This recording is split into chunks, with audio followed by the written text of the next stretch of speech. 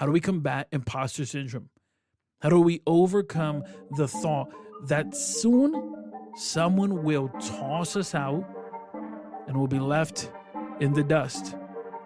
Because too often, that's where we think we belong. Thank you for tuning in to Strategy Rewind. I'm your host, Miguel Lebron, and I'm a personal growth strategist. I help individuals think strategically and establish a strategy in order to be able to accomplish their breakthrough moment. And this podcast focuses on the strategies, the tactics, and the mindset necessary for a breakthrough moment. There's a story of a couple that wanted to start a family, but struggled with self-doubt. Both came from a complex background, and so they didn't see themselves qualified to raise a child. However, the idea of starting a family was an attractive one. As time went on, and they had their children, they raised those children. Nonetheless, the mother of the household still felt as though she felt as though she was not the best. On Mother's Day, her husband orchestrated an action that moved her and solidified the defeat of her imposter syndrome. This is what happened. You see, she beat herself up for years over things she didn't do or could have done better, things she could have said but didn't say, things she just didn't know at that moment.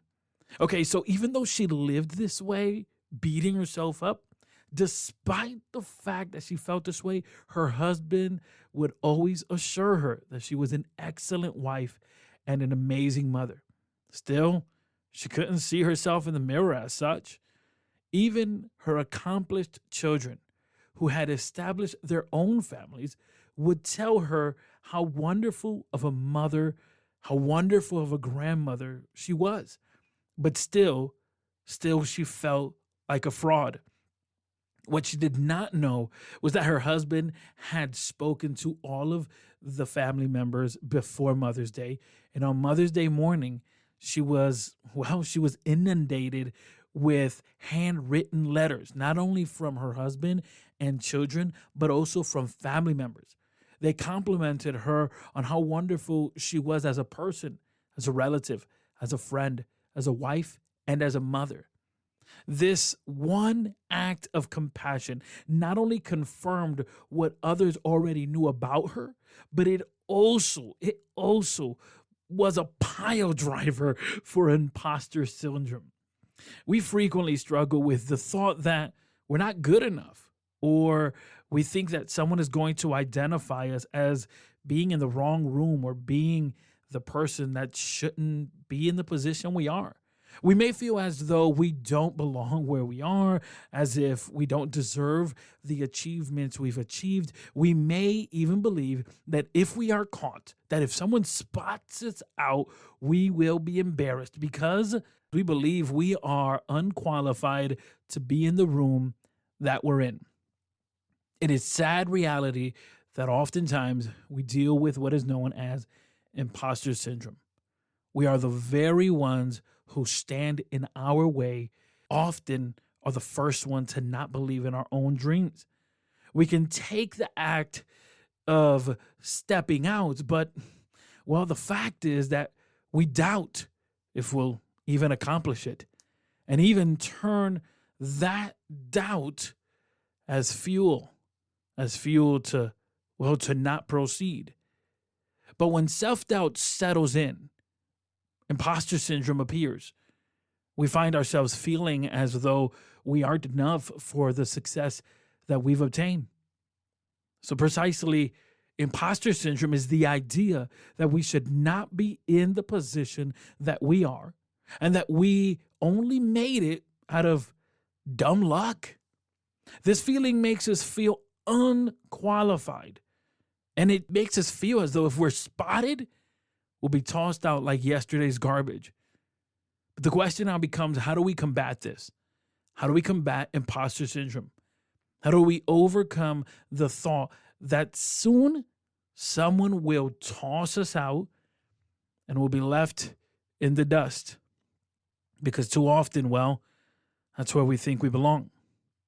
One thing you can do to combat imposter syndrome is write down your accomplishments.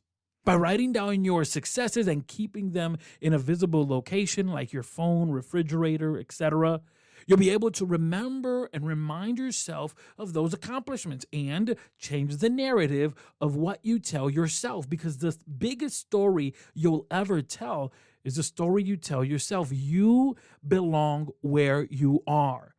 You belong there because of what you've done. Hard work begot greatness, and greatness begot hard work. So number one, write down your accomplishments. Number two, know your superpowers. As Dr. Martin Luther King Jr. said, everyone has the power for greatness, not for fame, but greatness, because greatness is determined by service. End quote.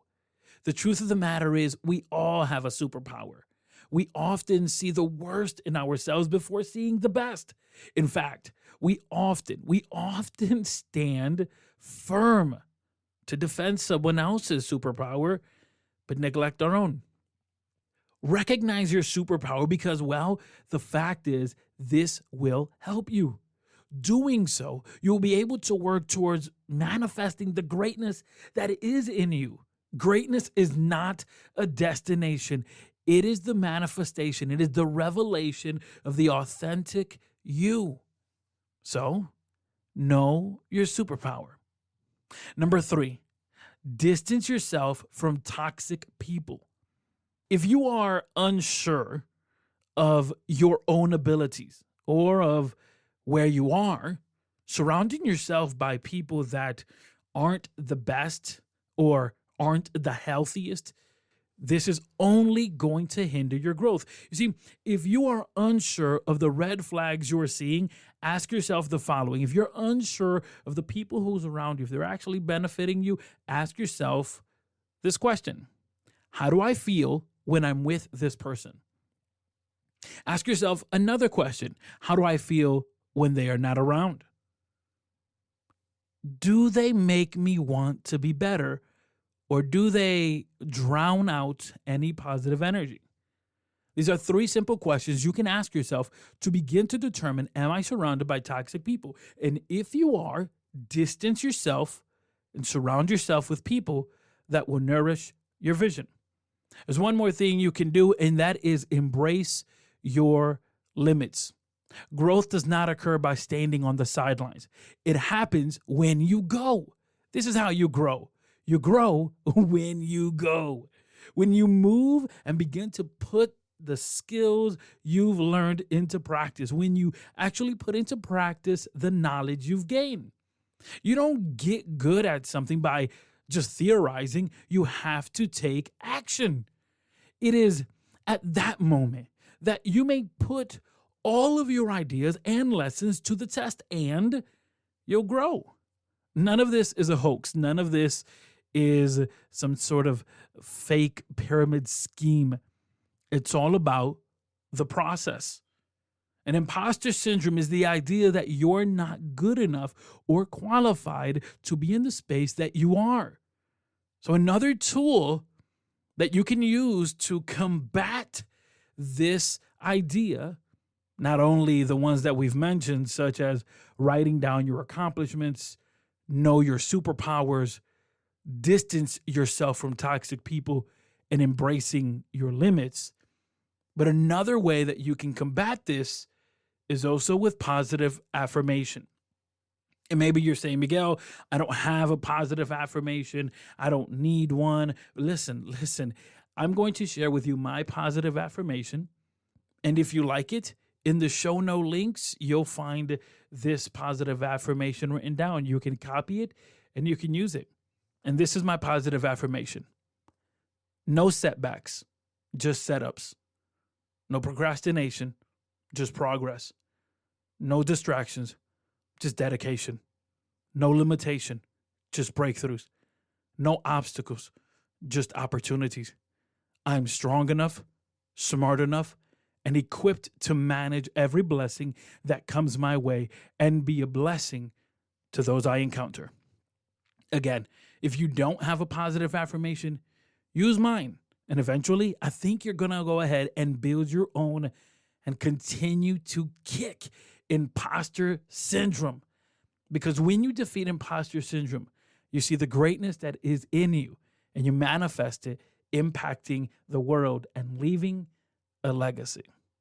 Today's conversation was necessary, and I believe it's pivotal in your journey. But the question is, what's next? Where do you go from here?